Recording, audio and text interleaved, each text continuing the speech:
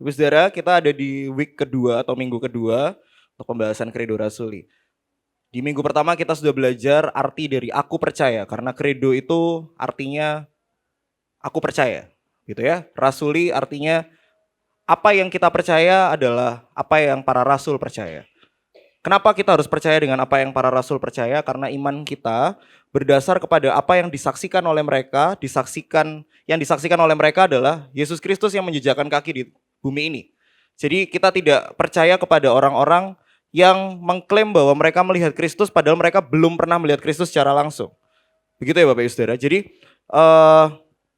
ini adalah sebuah penghiburan buat kita sekaligus sebuah batas buat kita. Kalau Bapak Ibu Saudara mungkin jalan-jalan kemana gitu ya, atau tiba-tiba merantau untuk melihat apakah sebuah gereja sehat atau tidak, mungkin yang paling pertama, yang paling jadi dasar apakah mereka percaya Credo Rasuli atau enggak. Itu paling aman sebenarnya Bapak Ibu Saudara.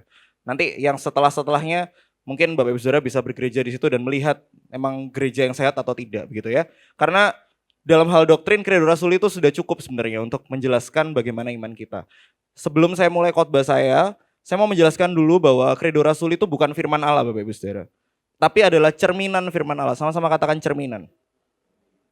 Kenapa bukan firman Allah namun cerminan? Karena begini Bapak Ibu Saudara.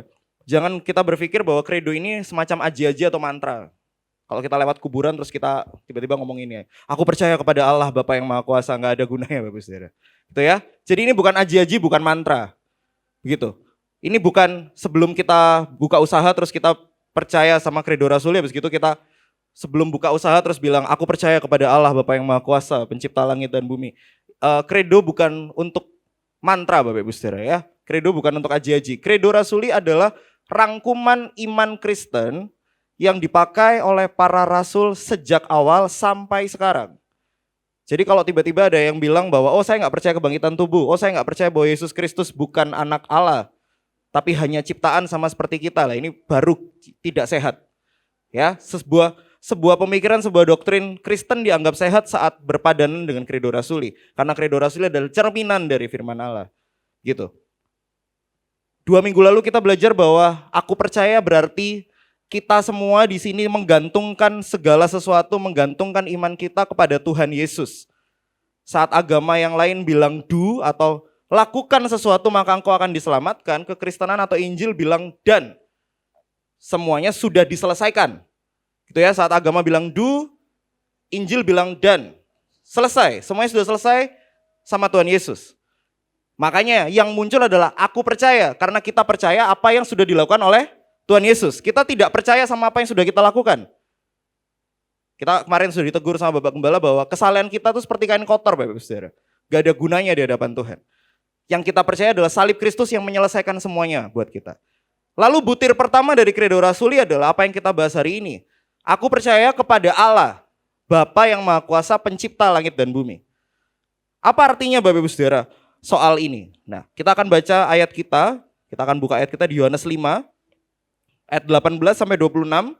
Lalu kita lanjutkan di ayat 36 sampai 38. Perikopnya panjang. Jadi saya potong Bapak Ibu Saudara, karena kalau 18 sampai 47 kita setengah jam sendiri baca Alkitab gitu ya. Oke? Saya akan bacakan ayat yang genap, Bapak Ibu Saudara baca ayat yang ganjil ya. Bentar, saya akan cari dulu. Kayaknya sudah ketemu, katakan amin. Di depan juga ada, saya bacakan ayat yang genap dulu. Sebab itu orang-orang Yahudi lebih berusaha lagi untuk membunuhnya. Bukan saja karena ia meniadakan hari Sabat, tetapi juga karena ia mengatakan bahwa Allah adalah Bapanya sendiri. Dan dengan demikian menyamakan dirinya dengan Allah. Maka Yesus menjawab mereka, katanya, aku berkata kepadamu, sesungguhnya anak tidak dapat mengerjakan sesuatu dari dirinya sendiri. Jikalau ia, sebab apa yang dikerjakan Bapa, itu juga yang dikerjakan.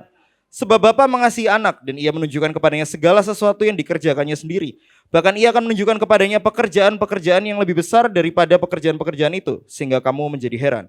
Sebab sama seperti Bapa membangkitkan orang-orang mati dan menghidupkannya, demikian juga anak menghidupkan barang siapa yang dikehendakinya. Bapa tidak menghakimi siapapun, melainkan telah menyerahkan penghakiman itu seluruhnya kepada anak. Supaya semua orang menghormati anak sama seperti mereka menghormati Bapa. Barang siapa tidak menghormati anak, ia juga tidak menghormati Bapa yang mengutus dia.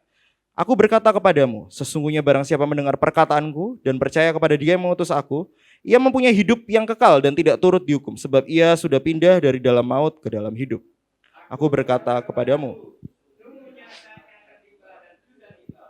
bahwa orang-orang mati akan mendengar suara Anak Allah, dan mereka yang mendengarnya akan hidup. Sebab sama seperti Bapa mempunyai hidup dalam dirinya sendiri, demikian juga diberikannya Anak mempunyai hidup dalam dirinya sendiri. Ayat 36 Bapak Ibu Saudara. Tetapi aku mempunyai suatu kesaksian yang lebih penting daripada kesaksian Yohanes, yaitu segala pekerjaan yang diserahkan Bapa kepadaku, supaya aku melaksanakannya. Pekerjaan itu juga yang kukerjakan sekarang, dan itulah yang memberi kesaksian tentang aku, bahwa Bapa yang mengutus. Bapa yang mengutus aku, dialah yang bersaksi tentang aku. Kamu tidak pernah mendengar suaranya, rupanya pun tidak pernah kamu lihat. Dan firman-Nya tidak menetap di dalam dirimu, sebab kamu tidak percaya kepada Dia yang diutusnya. Berbahagia orang yang mendengarkan firman Tuhan, bacanya dan merenungkannya dalam kehidupannya sehari-hari. Bapak Ibu Saudara, hari ini kita akan belajar soal Bapa yang Maha Kuasa, pencipta langit dan bumi, namun ayat yang kita baca adalah kesaksian Yesus soal dirinya sendiri. Seringkali ada orang-orang yang mencoba menjelaskan Bapa tanpa mencoba menjelaskan Yesus. Gak bisa Bapak Ibu Saudara. Alkitab bilang, Kristus sendiri bilang bahwa saat kita melihat Yesus, kita melihat Bapa. Jadi saat kita melihat Yesus, kita melihat Bapa.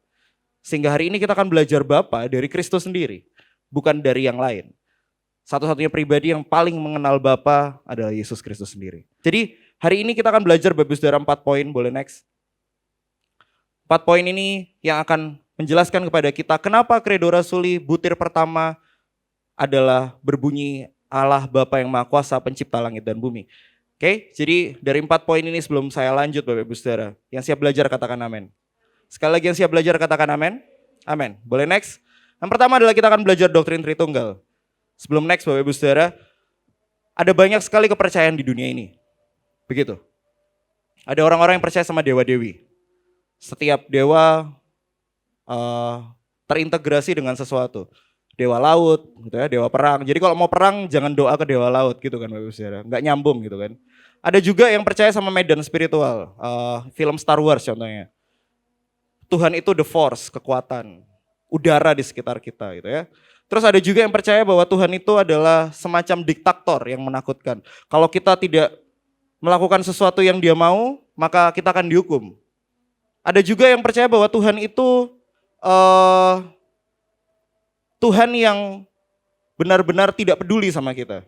Hanya duduk di atas tahta, mau kita jatuh bangun gak ada yang peduli Bapak Ibu Saudara. Namun iman Kristen tidak bergantung sama itu.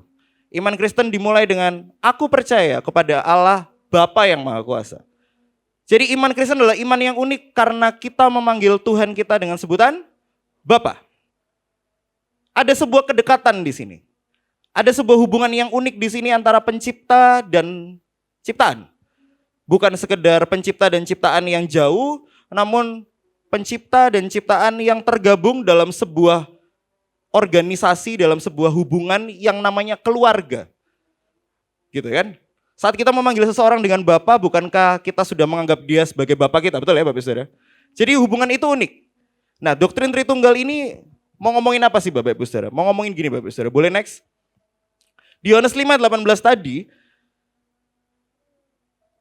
ayatnya seperti ini. Sebab itu orang-orang Yahudi lebih berusaha lagi untuk membunuhnya. Membunuh siapa ini Bapak Ibu Saudara? Membunuh siapa? Tuhan Yesus.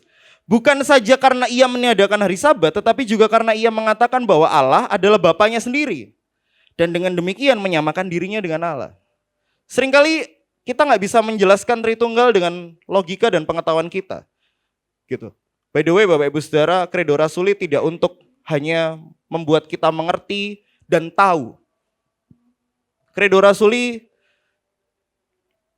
dikhotbahkan selama 12 minggu ke depan oleh para pengkhotbah di tempat ini. Bukan untuk kita dapat teori saja Bapak Ibu Saudara.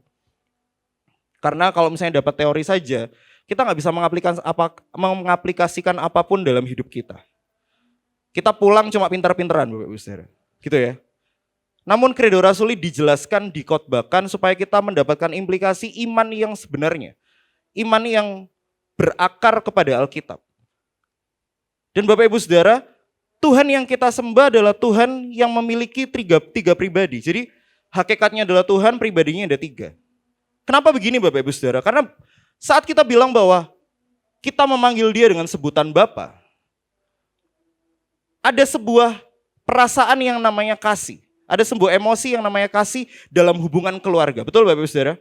Ada di sini bapak yang tidak mengasihi anaknya, ibu yang tidak mengasihi anaknya? Nggak mungkin gitu ya. Jadi ada hubungan kasih. Masalahnya begini Bapak Ibu Saudara, semua agama mengakui bahwa Tuhan mereka adalah Tuhan yang mengasihi, begitu ya. Jadi bahkan sampai meskipun yang paling terkenal agama kasih itu adalah kekristenan, namun mulai banyak yang mengklaim bahwa agama mereka adalah agama kasih. Masalahnya begini Bapak Ibu Saudara, itu tidak bisa dibuktikan saat sebuah agama mengakui bahwa Tuhan mereka hanya satu pribadi. Gitu. Doktrin Tritunggal ini adalah doktrin yang benar-benar mengunci iman kekristenan bahwa dasarnya adalah kasih karena begini, sebelum segalanya ada, sebelum semuanya diciptakan, hanya ada siapa Bapak Ibu Saudara? Hanya ada Tuhan, hanya ada Allah. Kejadian 1 ayat 1 bilang, pada mulanya Allah. Gitu kan? Hanya ada Allah. Lah kalau cuma satu, dia mengasihi siapa? Makanya akhirnya banyak doktrin-doktrin yang bermunculan, bahkan injil-injil palsu yang bermunculan seperti ini. Tuhan menciptakan dunia karena dia membutuhkan sesuatu untuk dikasihi. Kasihnya yang berkelimpahan tidak bisa tercurah, tidak bisa tertumpah karena dia gak punya siapa-siapa. Akhirnya dia menciptakan dunia untuk dikasihi. Muncul juga akhirnya injil-injil yang mengatakan bahwa kita semua dikasihi, kita semua dibutuhkan Allah untuk menyembah dia. Doktrin Tritunggal tidak seperti itu Bapak Ibu Saudara. Sebelum segala sesuatu ada, Allah sudah mengasihi anak, anak mengasihi Roh Kudus mengasihi Bapa. Artinya dia tidak butuh kita, yang setuju katakan amin. Dia sudah cukup sama dirinya sendiri, makanya saat kita bilang dia adalah Bapa yang Maha Kuasa, dia tidak memerlukan kita untuk mengasihi dia. Sebaliknya kita yang perlu mengasihi dia. Ini doktrin Tritunggal itu artinya seperti itu Bapak Ibu Saudara. Jadi jangan sampai kita berpikir bahwa Allah kekurangan sesuatu kalau nggak ada kita. Delok entah gereja yang kok lek gono aku, pelayanannya lek gak jalan. Loh Allah tidak membutuhkan apapun dari kita. Ini doktrin yang keras Bapak Ibu Saudara. Namun ini harus dikotbahkan. Karena saat kita sedikit saja berpikir bahwa Allah membutuhkan kita, Bapak Ibu Saudara, kita sedang membuat Allah tidak berkuasa. Padahal jelas Allah Bapa yang Maha Kuasa. Karena dia Maha Kuasa, dia tidak membutuhkan apapun, dia cukup dengan dirinya sendiri. Namun dia menciptakan kita, bukan hanya untuk kita dikasih, tapi kita juga nanti akan ditebus. Kita nanti juga akan bertanggung jawab atas apapun yang sudah dia lakukan. Terlebih lagi dia mau menunjukkan bahwa dia mengasihi, meskipun dia sudah cukup mengasihi. Ini bukan doktrin yang ribet Bapak Ibu Saudara. Makanya kalau ada doktrin Tritunggal terus dijelaskan secara ribet, nggak terlalu ribet Bapak Ibu Saudara. Saya mau jelaskan dengan sederhana saja, bahwa doktrin Tritunggal itu soal Allah yang cukup tanpa adanya kita. Boleh next? J.J. Packer mengatakan seperti ini Bapak Ibu Saudara. Ini salah satu pengarang buku yang saya suka. Dalam Tritunggal yang kekal ada hubungan keluarga antara Bapa dan anak. Dan dalam hubungan itulah kasih Allah diungkapkan. Jadi inilah hal pertama yang dikatakan kredo tersebut bahwa Allah adalah Tritunggal. Jadi hubungan Bapa dan anak itu adalah yang mendasari pertama kali iman Kristen. Agama kita adalah agama kasih. Bahkan Kristenan adalah agama yang penuh dengan kasih karena sebelum kita semua ada, Allah sudah mengasihi. Mengasihi siapa? Ya Bapa mengasihi anak, mengasihi Roh Kudus. Mereka mengasihi dalam kasih yang sempurna, dalam kekekalan sampai kekekalan. Lalu apa peran kita? Makanya sabar Bapak Ibu Saudara. Boleh katakan kiri kanannya sabar gitu. Sabar. Ini khotbahnya baru poin pertama gitu ya. Boleh next? Kesimpulan poin pertama kita adalah Allah tidak membutuhkan apapun di luar dirinya. Boleh dicerna sebentar. Nah, sekarang saya mau tanya, setuju katakan amin. Amin. Saat kita percaya bahwa Allah tidak membutuhkan sesuatu di luar dirinya, kita tidak akan menganggap bahwa pusat dunia adalah kita. Tapi kita akan menganggap bahwa Tuhan adalah pusatnya. Nah kalau Tuhan adalah pusatnya, berarti kita yang butuh Tuhan. Bukan Tuhan yang butuh kita. Jadi kita pelayanan bukan karena Tuhan butuh kita Bapak Ibu Saudara. Kita bekerja, kita memberikan perpuluhan bukan karena Tuhan butuh kita. Tapi karena kita yang butuh Tuhan. Itu adalah arti dari doktrin Tritunggal. Itu adalah arti bahwa dia adalah Bapa yang Maha Kuasa. Next, poin kedua kita adalah Allah pencipta. Allah yang Maha Kuasa pencipta langit dan bumi. Bapak Saudara, ada banyak sekali berbagai macam cerita soal penciptaan. Gitu. Ada banyak mitologi soal penciptaan. Kalau saya suka mitologi Yunani, Bapak Ibu Saudara. Di dalam mitologi Yunani itu segala sesuatu diciptakan oleh satu pribadi namanya Chaos. Makanya Chaos itu dalam bahasa Inggris kan kekacauan. Nah, artinya sebenarnya dalam bahasa Yunani KHAOS, chaos. Kacau semua. Jadi pribadi pertama dalam dunia orang Yunani adalah kekacauan. Begitu. Makanya akhirnya orang Yunani punya sebuah doktrin bahwa muncullah yang pertama kali adalah eros, cinta. Jadi di tengah kekacauan itu cinta datang. Lalu Nix datang, malam datang. Namun kekristenan nggak seperti itu, Bapak Ibu Saudara. Kejadian 1 ayat 1 nggak ada omongan soal kekacauan. Tiba-tiba langsung muncul ayat. Pada mulanya Allah. Jadi sebelum segala sesuatu bukan ada kekacauan, tapi ada sang terang itu sendiri. Ada Allah itu sendiri yang hadir. Baru dia menciptakan langit dan bumi masuk di tengah kekacauan. Untuk menciptakan segala sesuatu. Segala sesuatu yang dia ciptakan baik adanya, sempurna adanya. Tidak ada yang bisa menandingi penciptaan yang dilakukan oleh Allah. Anak-anak teologi punya kata yang paling sering diucapkan gitu ya. Bapak Ibu Saudara mungkin sudah sering dengar kata ini. Pada mulanya Allah menciptakan itu pakai bahasa Ibrani Ba'areshit. Bara, menciptakan dari ketiadaan. Jadi kalau kita menciptakan kursi itu kan bukan dari ketiadaan, Bapak Saudara. Ada besinya, ada sofanya, ada empuk-empuknya. Nah ini kan sudah ada semua. Tapi Allah tidak seperti itu. Dia menciptakan dari sesuatu yang tidak ada menjadi ada. Dari ketiadaan menjadi ada. Makanya kata bara dalam bahasa Ibrani hanya ditempatkan kepada Allah. Gitu. Nah, hari ini kita akan belajar kenapa Bapa yang menciptakan langit dan bumi malah ada di butir pertama kredo, di butir pertama dasar iman kita. Karena Bapak Ibu Saudara boleh next. Mazmur 100 ayat 3 bilang seperti ini. Ketahuilah bahwa Tuhanlah Allah. Dialah yang menjadikan kita dan punya dialah kita, umatnya dan kawanan domba gembalaannya. Saya mau highlight satu kata yang di sini yang seringkali kita salah kaprah dengarnya. Punya dialah kita. Sama-sama katakan punya dialah kita. Sekali lagi punya dialah kita. Saudara di sini percaya bahwa kita adalah milik Allah? Amin. Oke. Sekarang saya akan mulai masuk lebih dalam begini, Bapak Saudara. Bukan saya hipnotis ya, masuk lebih dalam, masuk enggak gitu enggak usah. Tapi saya akan menjelaskan punya dia itu dengan cara yang lebih sederhana. Sederhananya seperti ini, Bapak Ibu Saudara. Di sini Bapak Ibu Saudara semuanya tinggal di tempat tinggal ya, entah rumah, entah kosan, entah kontrakan, begitu ya. Punya kita kan itu. Betul ya Bapak Ibu Saudara? Oh enggak, saya ngontrak itu punyanya yang punya. Ujung-ujungnya barang di dalamnya kan punya kita semua. Betul? Oke. Karena rumah itu tempat tinggal itu adalah punya kita. Kita beli misalnya ini, sofanya rusak. Gitu ya. Kita beli sofa. Kita mau tempatkan di sudut manapun terserah kita atau tidak, Bapak Ibu Saudara. Terserah kita kan? Betul ya? Terserah kita ya. Oke? Atau kita beli sofa terus kita datang ke Bapak Gembala terus bilang, Bapak Gembala menurut Bapak Gembala sofanya ini boleh saya beli atau enggak? Oh boleh gitu ya. Warna coklat atau putih Bapak Gembala? Coklat. Sofa atau kayu Bapak Saudara? Wah, ini baru sofa ini Bapak Saudara. Terus nanti kulkas juga gitu Bapak Gembala. Saya beli kulkas ini. Sharp atau Toyota. Terus Bapak Gembala, Toyota itu mobil ya gitu ya. Bukan kulkas gitu kan. Nah, ini joknya masih kena. Tadi pagi kena, malam kena gitu kan. Puji Tuhan. Ya jadi kenapa saya menjelaskan ini? Karena sekali lagi, rumah atau tempat tinggal itu tadi punya kita. Betul ya? Kita mau naruh apapun terserah kita. Betul? Oke, sekarang diri kita adalah punya Tuhan. Tadi semuanya sudah bilang setuju, amin. Kalau diri kita punya Tuhan, misal. Tuhan mengambil keluarga kita yang tersayang. Boleh enggak? Enggak boleh. Loh katanya kita punya Tuhan.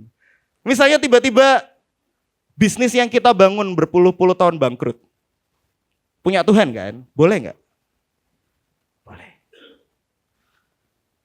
Susah ini ngomongnya Bapak Ibu Saudara. Makanya doktrin Allah Tritunggal, doktrin Credo Rasuli dimulai dengan ini. Karena begini Bapak Ibu Saudara. Saat kita percaya bahwa Bapa adalah Allah yang Maha Kuasa, pencipta langit dan bumi. Segala sesuatu adalah miliknya, termasuk kita.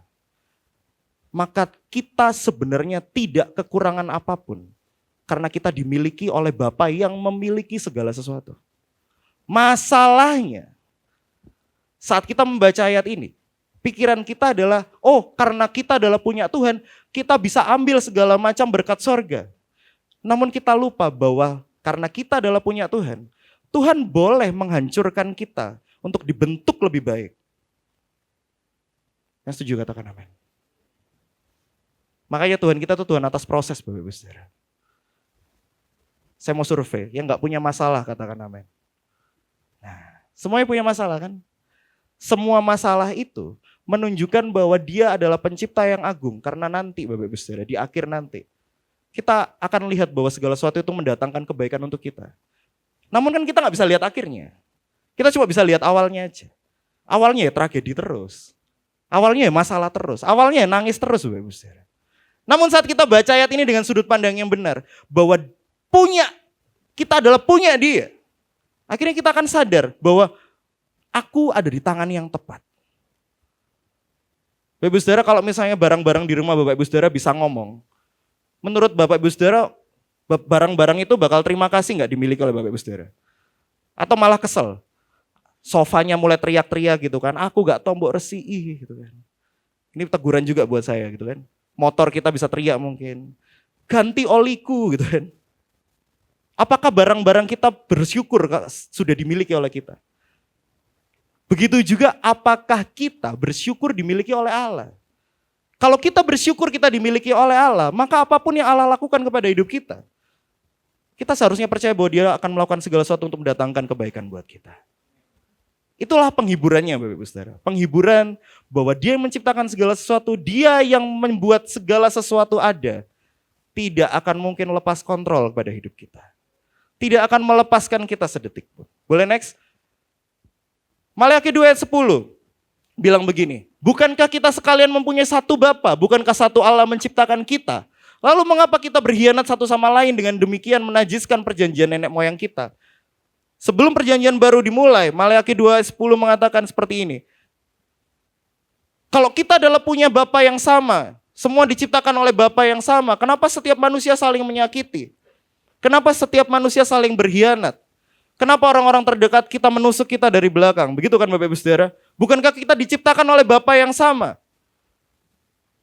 Kesannya mungkin ayat ini bakal menjadi penghiburan buat Bapak Ibu Saudara. Namun ternyata kita lihat Alkitab, ternyata Alkitab malah bilang, loh, kenapa kita malah saling berkhianat padahal kita muncul dari Bapa yang sama, dari pencipta yang sama. Nanti kita akan dijelaskan di poin ketiga bahwa akan ada perbedaan nanti siapa yang ditebus dan siapa yang tidak ditebus. Namun Bapak Ibu Saudara, inilah tragedi yang terjadi di dunia, bukan hanya keadaan. Namun orang-orang di sekitar kita juga orang-orang yang sama berdosanya sama kita. Seringkali, saya pernah berapa kali Bapak Ibu Saudara, dengerin orang mengonseling orang lain gitu ya. Karena saya dulu sebelum saya ngonseling orang ya saya belajar dulu. Gitu kan. Saya belajar kenapa ya orang-orang zaman sekarang gitu ya. Kenapa terutama Gen Z Bapak Ibu Saudara ya. Terutama anak-anak muda zaman sekarang gitu ya. Banyak sekali yang sudah gak percaya sama gereja. Bapak Ibu Saudara boleh cek. Mendingan gereja online gitu. Kosong, gereja itu sekarang isinya usia-usia ke atas semua. Bukan usia-usia produktif, usia muda. Anak-anak muda pada cari duit semua Bapak Ibu Saudara. Boleh gak cari duit? Boleh. Boleh. Namun kenapa gereja sampai ditinggalin sampai kosong? Karena ternyata Bapak Ibu Saudara, banyak dari mereka yang keluar dari gereja karena kepahitan sama orang di dalam gereja sendiri. Kalau pakai kata-katanya Bapak Gembala, jarene wong Kristen gitu ya. Namun kalau anak Gen Z gak peduli, gak jarene wong Kristen terus tetap datang ke gereja, enggak, mereka lo keluar wes. Gak ada sungkan-sungkannya gitu ya. Di sini yang punya karyawan anak-anak Gen Z, yang setuju katakan amin. Iya. Oh gak ada yang katakan amin ya. Saya berapa kali ketemu Bapak Ibu Saudara, baru pusing dikit gak kerja Bapak Ibu Saudara. Mohon maaf saya pusing, saya gak bisa kerja gitu. Ya bukan mau menyudutkan Gen Z, cuma anak-anak muda zaman sekarang ini sangat-sangat jujur gitu Bapak Ibu Saudara. Nah saking jujurnya Bapak Ibu Saudara, kadang ngorbanin orang lain. Nah soal gereja itu juga sama. Mereka berpikir bahwa buat apa ke gereja? Wong orang di gereja sama semua kok kayak orang di luar gereja. Namun hari ini kita belajar begini. Karena Bapa adalah pencipta langit dan bumi, maka semua orang adalah miliknya. Kalau semua orang adalah miliknya, kenapa kita saling berseteru? Kenapa kita saling berkhianat? Nanti ujung-ujungnya kita akan mengerti bahwa ternyata Bapak Ibu Saudara, pengkhianatan, perseteruan dan sebagainya itu tidak dilegalkan oleh Bapa, namun kita sendiri yang punya ego untuk seperti itu. Kita ingin jadi pusat dari dunia. Ego kita yang membuat kita akhirnya jadi pusat dari dunia. Makanya kesimpulan untuk poin kedua ini begini Bapak Saudara, boleh next? Ya, Allah yang menciptakan kita itu akhirnya membuat dua kubu yang berlawanan. Buat orang yang percaya, Tuhan adalah Bapa yang menciptakan semua yang ada di bumi. Sama klausanya, orang yang tidak percaya juga sama. Mereka berpikir bahwa Bapa yang menciptakan semua yang ada di bumi, Tuhan menciptakan semua yang di bumi. Namun kesimpulannya beda. Buat orang percaya kesimpulannya begini. Jadi kita memiliki tanggung jawab untuk melakukan segala sesuatu yang menyenangkan Tuhan. Buat orang yang gak percaya, mereka berpikir bahwa karena Allah menciptakan segala sesuatu kita bertanggung jawab kepadanya, maka kita harus membayar pemberontakan kita. Orang yang tidak percaya itu juga banyak ada di gereja, Bapak Saudara. Dan orang-orang yang tidak percaya ini biasanya mereduksi Injil dengan sangat berbahaya. Kalau kamu nggak bertobat, kamu akan dikeluarkan dari keselamatan. Oh iya betul, tapi nggak dihibur, nggak dikasih salib, dituduh terus, bertobat, tapi nggak pernah dihibur, gitu ya. Nggak pernah disuruh berhenti. Disuruh bertobat tok tapi nggak pernah ditanya, kamu kenapa berdosa seperti ini? Kamu kenapa terikat seperti ini? Bapa yang menciptakan segala sesuatu memberikan kita sebuah arti sederhana. Bahwa seharusnya kita semua adalah saudara-saudara karena kita memiliki Bapa yang sama. Namun akan diperkecil lagi di poin yang ketiga Bapak Saudara. Boleh next, poin ketiga adalah doktrin adopsi. Sama-sama katakan adopsi. Semua tahu di sini soal adopsi Bapak Saudara ya. Saya mau tanya, yang kita adopsi, kalau misalnya kita mengadopsi seorang anak gitu ya, jangan kucing Bapak Saudara. Soalnya sekarang kayak gitu, kontak saya, open adopt kucing gitu kan, anabul gitu kan. Open adopt pudel gitu kan. Murah kan. Jangan kucing, jangan anjing. Adopsi anak Bapak Saudara. Saat kita mengadopsi anak, apakah anak yang kita adopsi itu berasal dari keluarga kita? Mungkin iya, tapi lebih banyak bukan dari keluarga kita. Betul ya? Gak ada hubungan darah daging sama kita. Sebenarnya Alkitab juga mengatakan doktrin ini Bapak Ibu Saudara. Doktrin keselamatan itu ada banyak. Ada doktrin adopsi, doktrin mempelai. Terus doktrin penebusan. Jadi kita adalah hamba atau budak yang ditebus sama Tuhan. Doktrin mempelai itu adalah kita adalah mempelai-mempelai wanita yang akan menunggu mempelai pria. Namun doktrin adopsi ini doktrin yang cukup jarang dibicarakan karena membuat kita nggak nyaman. Begitu. Boleh next? Efesus 1 ayat 5 berkata seperti ini. Dalam kasih, ia telah menentukan kita dari semula. Menentukan kita dari semula. Dari kekekalan. Sebelum segalanya ada, kita sudah ditentukan dari semula untuk apa? Oleh Yesus Kristus. Lihat, Bapa dan Yesus Kristus selalu berhubungan. Jadi tidak pernah Bapa membuat sesuatu atau memutuskan sesuatu di luar Yesus Kristus. Selalu Yesus Kristus ada di dalam keputusan-keputusan Bapa. Untuk menjadi anak-anaknya sesuai dengan kerelaan kehendaknya. Kalau kita lihat bahasa Indonesianya, masih belum dapat Bapak Ibu Saudara. Doktrin adopsinya dari mana? Di bahasa Inggrisnya, mau KJV mau NIV, KJV ini dipakai oleh mostly orang-orang Inggris, NIV ini dipakai oleh sebagian besar belahan dunia yang memakai bahasa Inggris gitu ya. Jadi sama-sama memakai kata adoption. Having predestinated itu dalam kasih yang menentukan kita dari semula, predestinated itu dari semula, untuk diadopsi menjadi anak. Jadi harusnya terjemahannya itu dalam kasih ia telah mengadopsi kita dari semula untuk menjadi anaknya. Yang bisa bahasa Inggris mungkin akan lebih baik grammarnya daripada saya. Cuma adopsi ini ditaruh sebelum kata kasih di situ, bahwa dari semula ia menentukan kita untuk diadopsi menjadi anak-anaknya. Nah ini akan menabrak semua doktrin yang kita dengar mungkin bahwa kita ini sejak awal ditentukan oleh Allah menjadi anak-anaknya. Betul Bapak Ibu Saudara.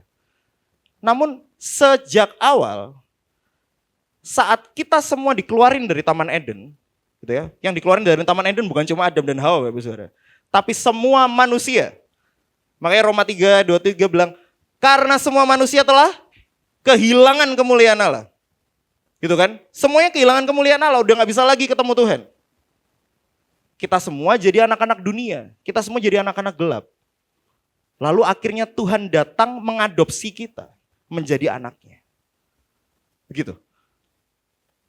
Doktrin ini harus dijelaskan di dalam kredo yang pertama supaya kita mengerti bahwa Allah Bapa yang Maha Kuasa pencipta langit dan bumi itu bukan cuma sekedar Bapa yang Maha Kuasa pencipta langit dan bumi, namun Dia adalah Bapa yang menebus kita dari kegelapan. Dia Bapa yang menarik kita dari kegelapan kepada terangnya yang ajaib. Kita yang hidupnya sia-sia jadi punya makna. Kenapa? Karena kita ditebus dari orang di luar keluarga kerajaan sorga, masuk menjadi keluarga kerajaan Allah. Yang dapat firman yang katakan amin. Jadi sebelum segala sesuatu ada Bapak Ibu Saudara, kita memang sudah ditentukan dari semula untuk diadopsi. Karena kita memilih dosa. Makanya kita harus diadopsi oleh Bapa. Supaya kita masuk ke dalam keluarga kerajaan Allah. Karena begini Bapak Ibu Saudara, ada sebuah alegori yang bagus soal ini. Mungkin sudah sering dengar alegori ini. Bapak Ibu Saudara, kalau mau ngomongin soal adopsi itu seperti ini Bapak Ibu Saudara. Kita sudah melakukan kejahatan yang sangat fatal. Gitu. Kita membunuh orang misalnya. Itu ya. Kita bunuh orang terus seringkali orang-orang berpikir, seringkali orang-orang percaya bahwa Tuhan Yesus itu hanya mengasihi kita. Namun di kayu salib, sebenarnya ada dua sisi dari Tuhan yang sedang bertabrakan. Ada keadilan Tuhan dan ada kasih Tuhan. Gitu. Kalau Tuhan hanya adil, maka semua manusia akan masuk neraka.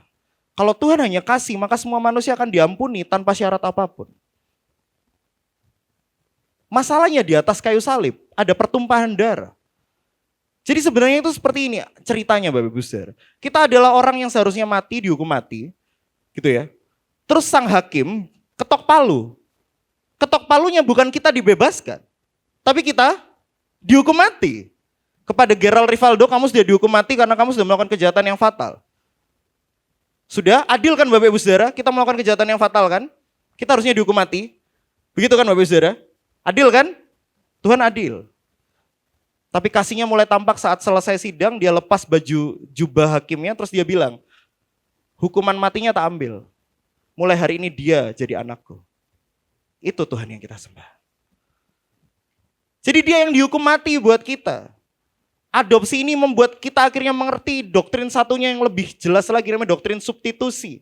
Bahwa saat kita, ada mungkin sampai sekarang Bapak Ibu Saudara, kalau kamu, saya sering dengar kesaksian ini, saya sendiri juga pernah menyaksikan sesuatu seperti ini. Gara-gara aku gak perpuluhan, hampir aku ketabrak truk gitu. Gara-gara gak perpuluhan, bisnisku boleh goyang. Gara-gara gak saat teduh, atau ini mungkin. Padahal sudah ditegur sama Bapak Gembala lewat ajakan. Gak doa malam, akhirnya nilaiku jelek gitu kan, yang anak-anak sekolah. Gak doa malam, akhirnya ada masalah terus di keluargaku. Dan ini diimani Bapak Ibu Saudara. Nah, saya mau bilang hari ini, bahwa Alkitab gak mengajarkan itu setelah Kristus mati. Alkitab berkata, bahwa dia yang adalah sempurna jadi kutuk buat kita. Supaya kita diberkati. Jadi sebenarnya kutuk itu sudah gak ada dalam hidup kita. Hukuman itu sudah gak ada dalam hidup kita. Dakwaan-dakwaan seperti itu hanya muncul dari iblis. Kenapa? Saat kita mencoba untuk membuat Allah seperti kasir Indomaret gitu ya Bapak Ibu Saudara. Tadi pagi saya sudah bilang. Iman yang transaksional Tuhan. Bukankah saya sudah melayani Engkau? Bukankah saatnya saya diberkati Pajero hari ini? Gitu kan. Tuhan bukankah saya sudah memberkati Engkau? Bukankah saatnya si dia yang cantik jelita itu menyukai saya hari ini? Gitu kan. Buat yang anak-anak muda gitu kan. Tuhan bukankah saya sudah memberikan perpuluhan buatmu? Bukankah seharusnya anakku yang telah lama hilang pulang ke rumah? Transaksional. Seolah-olah kita membayar sesuatu dan Tuhan harus, Bapak Ibu Saudara, kenapa saya bilang ini adalah iman kasir Indomaret? Kayak gini Bapak Ibu Saudara. Bapak Ibu Saudara pernah di Indomaret bawa susu gitu ya, atau beli Pampers misalnya, atau beli teh pucuk harum. Terus Bapak Ibu Saudara keluar dari Indomaret apa enggak diteriaki sama kasirnya? Diteriaki kan? Kenapa? Belum bayar. Nah itu. Kita datang ke Tuhan seperti itu, transaksional. Datang sama Tuhan, aku wis full ini. Mungkin anak-anak muda ini peringatan buat anak-anak muda termasuk saya. Setelah kemarin Natalan dar-der-dor itu ya. Tuhan, bukankah saya sudah nginep gereja 3 hari Tuhan? Bukankah sudah saatnya ini? Saya mau bilang Bapak Ibu Saudara, berkat terbaik sudah kita terima. Kita diselamatkan menjadi keluarga kerajaan Allah. Saat kita sudah tercukupkan sama itu, sebenarnya semua hal yang kita butuhkan sudah ada dalam Kristus. Amin. Aminnya susah, memang saya juga susah aminnya Bapak Saudara. Saya lihat kalau kiri kanan saya gitu ya, orang-orang seumuran saya, tiba-tiba bangun pagi itu enak Bapak Saudara, enak. Tapi saat kita lihat sosial media, terus kita bangun pagi pikirannya, wes hari ini kerja bla bla bla, terus kita lihat IG, loh, wes nak Belanda koncoku iki. Kan agak ketinggalan akhirnya loh, kok ketinggalan ya aku. Mungkin kita juga sama kan hari-hari ini. Bangun pagi pengennya, oh aku tak saat teduh rek. Habis saat teduh, tiba-tiba lewat, seret, kita disapa sama orang, wung, wung. Pak, loh, anyar mana mobilnya? Terus kita lihat garasi kita, kosong ya Tuhan. Bukankah ini saatnya gitu. Jadi seolah-olah kita itu punya transaksi sama Tuhan. Namun doktrin adopsi gak ngomongin itu. Kita bukan diadopsi untuk memiliki kekayaan kerajaan sorga saja. Tapi kita memiliki sebuah tanggung jawab untuk menjadi anak. Anak-anak Allah dalam Kristus Yesus. Gitu. Boleh next? Yohanes 1 ayat 12 bilang begini Bapak Saudara. Tetapi semua orang yang menerimanya, menerima Kristus, diberinya kuasa, diberi Kristus kuasa supaya menjadi, lo bayangin anak-anak Allah itu kuasa Bapak Saudara. Ini bahasa aslinya bukan power, bukan kuasa yang buat gagah-gagahan, tapi authority. Diberi otoritas untuk menjadi anak-anak Allah. Yaitu mereka yang apa Bapak Saudara? Percaya. Balik lagi, credo itu kan mulai dari kata percaya. Jadi kita percaya sama Tuhan, maka kita diberikan hak untuk menjadi anak-anak Allah. Diberikan otoritas untuk menjadi anak-anak Allah. Di sini yang punya anak katakan amin. Sekali lagi yang punya anak katakan amin. Sekarang saya balas, yang punya orang tua katakan amin. Oke. Bapak Ibu Saudara, saya mau tanya Bapak Ibu Saudara, buat bapak-bapak, ibu-ibu yang punya anak. Segala hal di rumah Bapak Ibu Saudara, itu memang yang beli kan Bapak Ibu Saudara. Mungkin anak-anak masih sekolah atau kayak gitu ya. Yang beli memang Bapak Ibu Saudara. Tapi saya mau tanya, apakah saat anak Anda mengklaim bahwa itu punya dia, terus Bapak Ibu Saudara bilang, lo enggak, ini punya aku atas namaku, gitu? Ya mungkin ada di dunia seperti itu. Namun saya percaya di sini enggak ada. Saya percaya di sini apapun yang ada di rumah kita itu juga punya anak kita. Betul? Nah, begitu juga dengan konsep kerajaan sorga. Saat kita berkata bahwa Bapa kita adalah Bapa kerajaan sorga, Allah pencipta langit dan bumi, maka segala sesuatu yang ada di kerajaan sorga itu punya kita. Amin. Masalahnya ada di kata kunci yang kuning ini. Kita tidak percaya. Itu aja Bapak Ibu Saudara. Karena saat kita percaya sama Tuhan, sebenarnya hati kita akan berkoneksi sama Tuhan. Kita nggak akan meminta sesuatu yang kita inginkan, tapi yang kita butuhkan. Makanya Injil harus terus diberitakan meskipun seminggu sekali gitu ya Bapak Saudara ya. Bayangkan berapa jam kita digeber sama khotbah TikTok, khotbah IG yang berkata bahwa kita semua adalah anak-anak Allah dan kita layak mengklaim apapun dari Allah. Butuhnya cuma HP, mintanya iPhone 17 Pro Max 1 terabyte gitu ya, 42 juta gitu kan. Jadi kayak kebutuhan atau keinginan? Keinginan dong jelas. Kecuali Anda konten kreator gede gitu, boleh silahkan. Ini ya, mungkin agak keras. Cuma ini juga ada dalam kekristenan. Tuhan, saya mau sepeda motor. Lu sepeda motor jerentean 5. Tapi bukan manual Tuhan, saya maunya matic. Lah ini buat apa terus? Gitu kan Bapak Saudara? Tuhan saya maunya mobil. Alphard terbaru. Kata Tuhan, lo baru 2 lo serumahmu. Kamu cuma sama istrimu tok. Lo Alphard itu buat apa? Lo kan ada... Ya ketawa itu berarti ngerti ya Bapak Saudara. Kita kadang kala mintanya bukan kebutuhan tapi keinginan. Sebenarnya itu menunjukkan bahwa kita nggak percaya Tuhan tahu apa yang kita butuhkan. Saya akan akhiri poin ketiga ini dengan sebuah alegori sederhana. Yang anak-anak maupun yang bapak ibu di sini. Saat anak kita masih kecil gitu kan nggak tahu mana yang baik mana yang benar. Minta es krim. Udah batuk pilek, bapak ibu saudara kasih nggak? Ya enggak dong. Tapi dari sisi anak kecil, marah enggak Bapak Ibu Saudara? Marah. Loh, aku minta es krim kok, gak dikasih. Aku maunya es krim kok gak dikasih. Terus sama bapak, kalau saya dulu masih zamani puyer Bapak Ibu Saudara. Digerus itu kan. Gitu kan. Gitu kan. Telan gitu kan. Terus udah mau nangis. Gak bisa, telan gitu kan. Udah diangkat gitu kan kepala gitu. Ya anak 90-an udah ngerti, puyer itu kan. Yang pernah jalani puyer katakan amin. Nah, sekarang enak sirup batuk itu manis Bapak Saudara. Ma aku batuk padahal nggak batuk soalnya mau manis-manisnya. Dulu puyar Bapak Ibu Saudara. Nah saya mau tanya Bapak Ibu Saudara. Saat kita bilang tidak sama anak kita yang minta es krim ini. Itu kita benci atau kita mengasihi? Mengasihi. Berarti kalau doa kita sampai sekarang masih ditolak. Artinya Tuhan sedang mengasihi kita. Amin? Tuhan gak benci sama kita. Ini adalah penghiburan saya. Penghiburan Injil hari ini. Bahwa Tuhan mengasihi kita makanya ditolak doa kita. Supaya hati kita kembali dikalibrasi sama Injil. Ditata ulang sama Injil. Dikasih tahu sama Injil. Loh sing mbok minta iki keinginan. Aku tahu kebutuhanmu. Kebutuhanmu adalah kamu duduk diem dulu. Nanti aku tahu waktunya tak berkati. Makanya akhirnya kita semua selalu diberkati tepat pada waktunya. Ada yang pernah diberkati terus gini, loh kecepatan nih Tuhan berkatnya. Gak pernah. Kita selalu bilang sama Tuhan, iya ya memang pas waktunya. Boleh next? Akhirnya doktrin adopsi ini membawa kita ke sebuah skema Bapak Ibu Saudara. Allah adalah Bapa, Dia adalah yang menciptakan segala sesuatu, Dia menebus kita supaya kita jadi keluarga Tuhan. Kita ada di dalam lingkup keluarga Allah. Kita punya hak-hak yang sama dengan sang putranya yang tunggal yaitu Yesus Kristus. Bapak Ibu Saudara boleh cek di Yohanes 17. Di situ dijelaskan bahwa sama seperti Bapa mengasihi anak, Bapa juga mengasihi kita seperti anak kandungnya sendiri. Ini adalah penghiburan yang sangat hebat. Penghiburan yang membuat kita akhirnya sadar bahwa Bapa tidak mengasihi kurang kepada kita.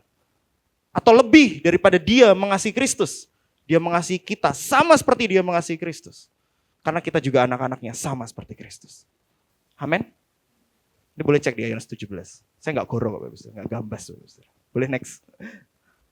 Next, J.J. Becker mengatakan seperti ini. Ketika orang Kristen mengucapkan klausa pertama, butir pertama dari kredo, ia menyatukan semuanya, mengakui penciptanya sebagai Bapa dari juru selamatnya, Bapa dari Kristus, dan Bapanya sendiri melalui Kristus.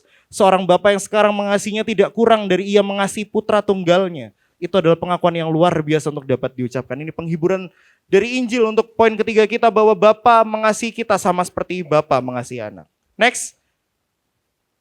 Terakhir, kedaulatan Allah. Dan ini adalah aplikasinya dalam kehidupan kita. Karena Dia adalah Bapa yang Maha Kuasa, pencipta langit dan bumi. Maka Dia berdaulat atas segala sesuatu. Saya mau tanya Bapak Ibu Saudara, segala sesuatu ada di dalam genggaman Allah? Amin. Segala sesuatu ada di dalam genggaman Allah. Baik hal yang menyenangkan maupun hal yang menyedihkan.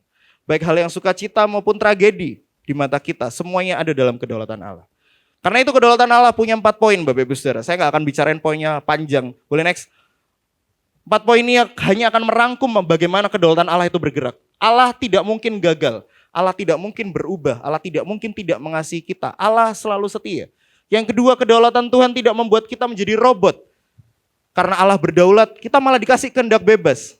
Dia berdaulat, Dia bisa mengontrol segalanya, tapi kita dikasih kehendak bebas. Kehendak bebas yang seperti apa? Yang bertanggung jawab kepada siapa? Kepada Dia. Lalu yang ketiga Bapak Ibu Saudara, kedaulatan Allah tidak bisa dirusak oleh kejahatan. Seringkali kita berpikir bahwa kejahatan bisa merusak, menggagalkan kedaulatan Allah. Tidak Bapak Ibu Saudara. Kedaulatan Allah tetap setia, tetap ada meskipun kejahatan juga ada. Kejahatan adalah bukti bahwa manusia lebih suka memberontak daripada ada dalam genggaman Bapa. Tapi tidak membuat kedaulatan Allah menjadi kecil. Yang keempat, kedaulatan Allah adalah dasar dan penghiburan kita dalam Kristus Yesus. Boleh next? Saya akan berhenti di sini Bapak Ibu. Roma 8 ayat 28. Kita baca sama-sama ayat ini 2, 3. Kita tahu sekarang bahwa Allah turut bekerja dalam segala sesuatu untuk mendatangkan kebaikan bagi mereka yang mengasihi Dia, yaitu bagi mereka yang terpanggil sesuai dengan rencana Allah. Yang sudah hafal ayat ini atau yang sudah sering dengar ayat ini katakan amin. Amin. Namun saya akan berhenti di ayat ini sedikit karena begini Bapak Ibu Saudara. Kita seringkali miss sama kata turut bekerja. Saat kita dapat klien yang oke gitu kan, cuan, untung. Wes terima kasih Tuhan, memang Allah turut bekerja dalam segala sesuatu mendatangkan kebaikan. Tapi bagaimana kalau tiba-tiba duor pagi-pagi kita ditelepon gitu ya. Ada saudara dekat kita yang meninggal. Atau kita dapat telepon, bukan dapat telepon, kita datang ke puskesmas cuma sakit, ngeluh sakit pinggang aja. Tiba-tiba kena kanker. Dokternya tiba-tiba bilang, Anda kena kanker Pak. Gitu ya. Pagi-pagi tiba-tiba dapat kabar bahwa kliennya nggak jadi bisnis kita yang kita bangun sejak puluhan tahun kolaps, langsung runtuh dalam sejenak. Ayat ini mungkin tidak relevan buat kita. Kebaikan apa yang bisa kita terima dari tragedi? Betul? Masalahnya kita sering menganggap bahwa saat Tuhan bilang ayat ini, kita lupa kata turut bekerja itu berarti Tuhan ada dalam setiap langkah hidup kita. Kita tuh menganggap bahwa Tuhan itu ada di atas tahta yang tinggi dan melihat kita dari jauh. Sama seperti bos-bos yang gak bisa ngelakuin apa-apa tapi cuma merintah tok, Bapak Ibu Saudara. Bapak Ibu Saudara mau milih bos yang seperti apa? Pemimpin yang seperti apa? Yang bisa ngajarin kita, yang jago semua, atau cuma merintah tok, Bapak Ibu Saudara? Saya paling suka sama orang yang bisa ngelit saya dengan baik, itu dia bisa ngasih tahu kesalahan saya di mana, terus sekaligus ngajarin saya. Jadi akhirnya saya bisa respect sama dia, saya bisa hormat sama dia. Oh, emang jago orang ini, layak jadi pemimpin. Saya kasih contoh sederhana. Dulu waktu rumah saya dibangun, rumah papa mama saya dibangun, rumah kami dibangun, renov. Semua di sini kan tahu ya, ada kuli, ada mandor, ada tukang gitu ya. Tugasnya kuli itu yang pekerjaan-pekerjaan kasar, tugasnya tukang itu pekerjaan-pekerjaan yang lebih rapi gitu. Kayak ngeramik, bla bla bla. Mandor itu tugasnya harusnya ngeliatin aja, betul? Kan kita lihatnya gitu kan, makanya ada sebuah joke yang mandor akon, mengkerik tok gitu. Namun gini Bapak Ibu Saudara, tiba-tiba, ini kuli sama tukang lagi mancing gitu kan, laut, bahasa laut ya. Yang tahu laut ya, katakan ehem gitu. Nah ya, tahu kan, laut tahu ya, bahasa laut. Jadi waktunya istirahat, mau mancing Bapak Ibu Saudara. Mancing, lah ini, mandornya ini, tiba-tiba ngeramik sendiri. Duk, duk, duk, duk, duk, duk, duk. Saya ngeliatin loh, isok ngeramik pisan wong iki, tak pikir mek mengkerik tok. Makanya saya akhirnya respect sama dia. Oh iya ya. Harusnya leader itu seperti ini. Ikut turut bekerja. Begitu ya. Turut melakukan segala sesuatu gak cuma ngontrol dari jauh dari tahta yang tinggi. Nah kita mau Tuhan yang seperti apa? Yang cuma merintah tok dari atas. Kamu berdosa, masuk neraka. Kamu baik, masuk surga. Lakukan kebaikan segala sesuatu. Supaya kamu dapat aku selamatkan. Kabar baik Injil mengatakan bahwa saat kita berdosa, kita tidak bisa menyelamatkan diri kita sendiri dari penghakiman dosa. Kita semuanya seharusnya mati. Namun, Allah tidak tinggal duduk di tahtanya, berdiam diri. Injil mengatakan, dia turun ke bumi. Ngapain Bapak Ibu Saudara? Lahir, dirayakan, gebar-geber? Enggak Bapak Ibu Saudara, dia lahir untuk mati. Untuk disalib. Dia lahir untuk jadi korban sembelihan terbaik, terkudus, termulia yang pernah ada di dunia. Sampai Alkitab bilang, hanya karena satu korban yaitu Yesus Kristus. Tidak perlu ada korban lain. Korban ini sudah cukup untuk dosa masa lalu, masa kini maupun masa datang. Masa yang akan datang. Karena dia adalah sang imam yang merendahkan diri menjadi korban. Supaya kita semua tidak perlu mengorbankan apapun. Dan kita hanya perlu percaya pada pengorbanannya. Dia tidak perlu, dia bukan Tuhan yang duduk diam Bapak Ibu Saudara. Dia adalah Tuhan yang turut bekerja dalam kebaikan kita. Hari ini penghiburannya seperti ini, saat tragedi datang dalam hidup kita. Tuhan sedang tidak marah sama kita. Tapi hari itu Tuhan sedang menunjukkan bahwa dia mengasihi kita. Sehingga dia mengizinkan tragedi itu ada. Karena dia mau bersama-sama dengan Bapak Ibu Saudara. Ini penghiburan yang sangat indah. Karena tragedi itu membuat kita kadang-kadang gagal melihat Tuhan. Namun dalam tragedi saat kita melihat Tuhan, kita akan melihat dengan jelas bahwa dia selalu ada dalam hidup kita. Dia turut bekerja dalam hidup kita. Bukan buat kebaikannya dia sudah baik Bapak Ibu Saudara. Tapi untuk kebaikan kita. Untuk hidup kita.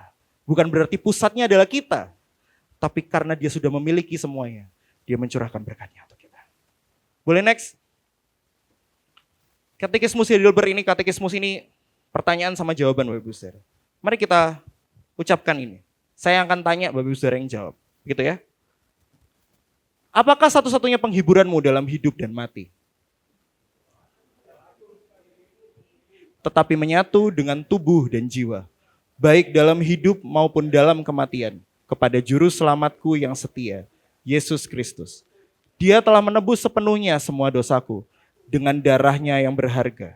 dan telah membebaskan saya dari segala kuasa iblis. Dia juga dengan cara seperti itu, bahwa tanpa kehendak Bapa surgawi, saya tidak sehelai rambut pun bisa jatuh dari kepalaku. Inilah bukti kedaulatan Allah. Bahwa saat kita percaya bahwa Allah berdaulat, satu helai rambut pun yang jatuh ada dalam kehendaknya. Ada dalam kuasanya, dalam genggamannya. Boleh next? Kita tiba di akhir Bapak Ibu Saudara. Saya punya kesimpulan cuma 2. Aplikasinya untuk kita pulang cuma 2.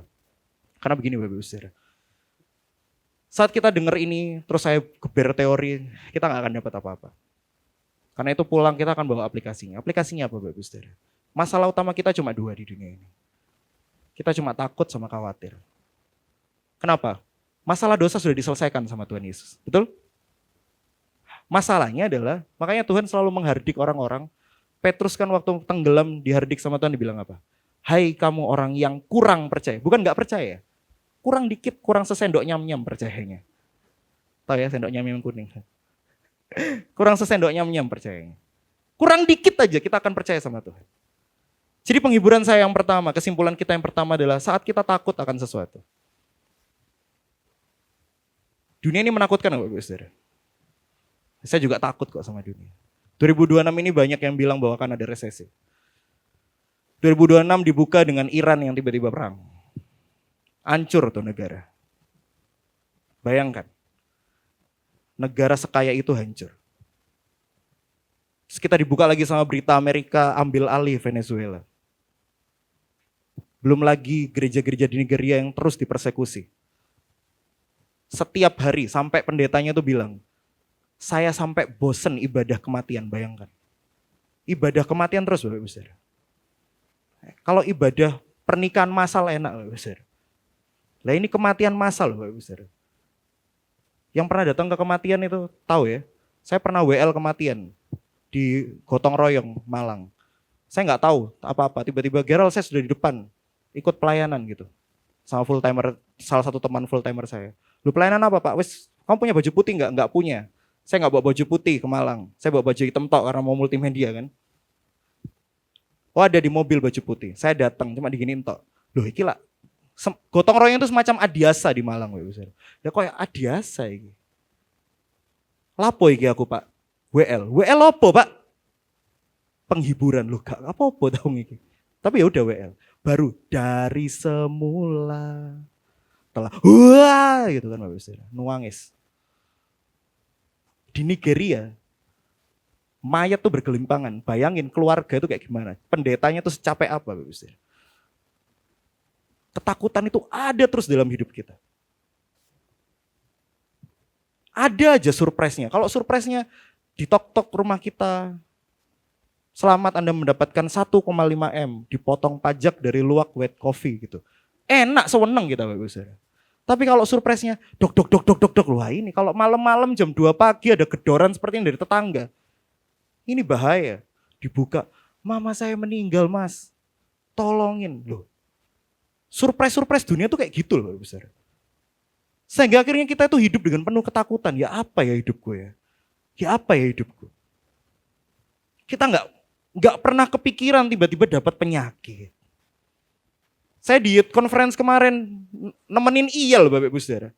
Iyal tuh pusing hari kedua. Saya temenin periksa, ini ada Iyal saksinya. Saya temenin periksa Iyal dikasih obat. Terus saya gabut aja. Saya lihat ada tensi di situ. Saya boleh periksa nggak Bu mumpung sepi? Oh boleh, saya diperiksa. Loh mas tensinya 147 loh. Saya juga kaget loh. Loh kok setinggi ini tensi saya? Normalnya berapa Bapak Ibu Saudara? Nah, 120 loh, ini sudah 147. Terus dia bilang, enggak pusing sampean mas? Enggak. Loh kak popo tak sampean mas gitu. Saya pulang cek di puskesmas lebih parah, 151. Loh alah. Kok punya darah tinggi malah. Bukan bukannya berangkat retreat pulang bawa berkat malah bawa informasi baru. Gerald ternyata mulai hari ini kamu fix adalah pasien darah tinggi gitu kan. Oh, makanya gampang pusing gitu. Nakutin kan dunia ini. Namun hari ini kita dihibur bahwa semakin menakutkan dunia, kalau kita hanya melihat dunia maka kita hanya akan semakin takut, semakin gelap hidup kita. Namun hari ini kita kembali diarahkan kepada salib Kristus yang menunjukkan bahwa Bapa selalu ada di pihak kita dan mengasihi kita. Segala ketakutan kita sebenarnya sudah digantung di atas kayu salib. Di atas kepala anaknya yang tunggal. Dia sudah membuat ketakutan kita menjadi penghiburan buat kita. Amin. Lalu soal kekhawatiran. Kalau kekhawatiran ini lebih parah lagi, Bapak Ibu Saudara. Ada di sini yang khawatir sama sesuatu yang nggak kelihatan, sama sesuatu yang kelihatan. Kita khawatir cuma sama sesuatu yang nggak kelihatan, Bapak Ibu Saudara. Masa depanku gimana ya? Gitu. Ada beberapa orang yang konseling bilang sama saya begini, saya beneran nggak sih sama dia? Nikahnya sama dia nggak ya? Anak saya sukses nggak ya? Gitu kan ya orang tua. Apakah saya sudah mengajari anak saya dengan baik? Kekhawatiran kan nggak pernah kelihatan kan, Alkitab selalu bilang jangan khawatir akan hidupmu, gitu kan? Namun seringkali kita nggak pernah membuat ini sebagai sebuah dasar iman. Kita cuma melihat ini sebagai perintah yang tidak mungkin dilakukan. Namun Kredo Rasuli butir 1 ini mengatakan bahwa karena Allah adalah Bapa yang Maha Kuasa, Dia Bapa, Bapak Ibu Saudara. Gak ada papa-papa yang tiba-tiba ngasih makan anaknya batu. Mungkin Alkitab bilang tidak mungkin kan ayah di dunia memberikan kita batu saat kita minta roti. Apalagi Bapa kita di sorga. Saya mau bilang di sini bahwa ini bukan penghiburan motivasional, tapi ini penghiburan Alkitabiah. Bahwa hidup kita yang sekarang berantakan, punya masalah dan sebagainya. Berarti Tuhan sedang bekerja dalam hidup kita. Seringkali kalau kita tidak mendengar suara Tuhan, Tuhan bekerja dalam diam. Bukan Tuhan sedang tidak melakukan apapun. Saat kita khawatir akan hidup kita sebenarnya sedang mempertanyakan apakah Tuhan itu ada atau tidak. Apakah itu boleh Bapak Ibu Saudara? Boleh. Datanglah pada Tuhan dalam doa dan firman. Pertanyakan, Tuhan kenapa ada masalah? Kenapa ada hidupku ada banyak tragedi? Dan Tuhan akan memberikan penghiburan yang cukup buat kita. Penghiburannya hanya lewat satu hal Bapak Ibu Saudara. Bukan lewat pacar. Bukan lewat lagu-lagu rohani. Bukan lewat orang tua kita. Bukan lewat anak kita. Penghiburannya selalu lewat Kristus Yesus. Karena di dalam Dia, segala kecukupan baik yang ada di sorga maupun di bumi, hanya ada dalam Kristus Yesus. Amin. Cukupkan diri kita dengan Kristus Yesus. Cukupkan diri kita kepada Tuhan kita yang asli. Sehingga saat kita keluar dari sini, Bapak Ibu Saudara, kekhawatiran dan ketakutan mungkin akan menimpa kita. Namun kita bisa melihat ke atas, melihat ke langit, melihat ke gunung, melihat ke pepohonan-pepohonan besar. Kita bisa mengatakan kredo ini dengan lantang, bahwa Bapakku yang menciptakan ini semua. Gak pernah telat kok hujannya. Awan gak pernah telat bergerak. Dia gak pernah telat untuk memberkatiku, untuk menolongku, untuk memulihkanku. Karena kita punya Bapa yang menciptakan segala sesuatu, maka masalah kita hanya masalah kecil di hadapan Dia.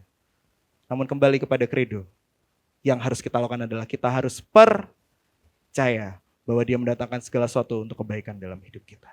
Mari tundukkan kepala.